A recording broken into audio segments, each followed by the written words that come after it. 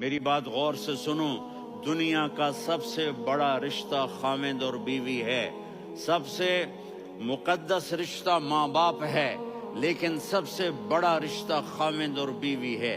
جب یہ ٹوٹ جاتا ہے تو پوری نسل برباد ہو جاتی ہے۔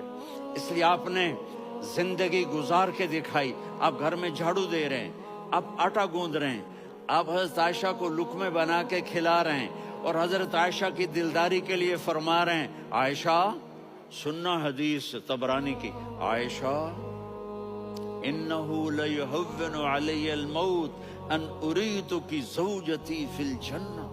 عائشہ مجھے جب سے پتا چلا ہے نا کہ تو جنت میں میری بیوی ہے تو مجھے تو مرنے کا شوق لگ گیا ہے۔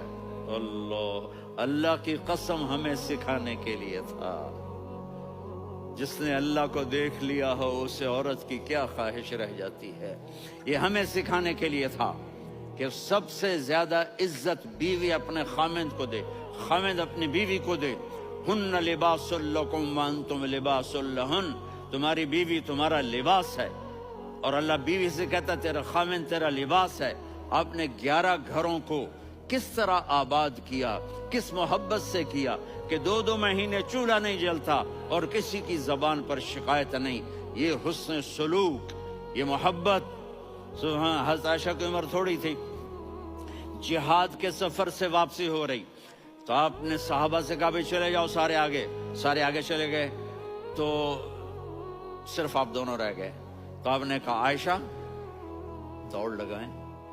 سبحان اللہ، حضرت اما عائشہ نے نہیں کہا، میرے نے کہا عائشہ دوڑ لگائیں، کہا جی لگائیں۔ تو کہنے لگے ہم نے دوڑ لگائی، تو کہنے لگے میں آگے نکل گئی، آپ پیچھے رہ گئے۔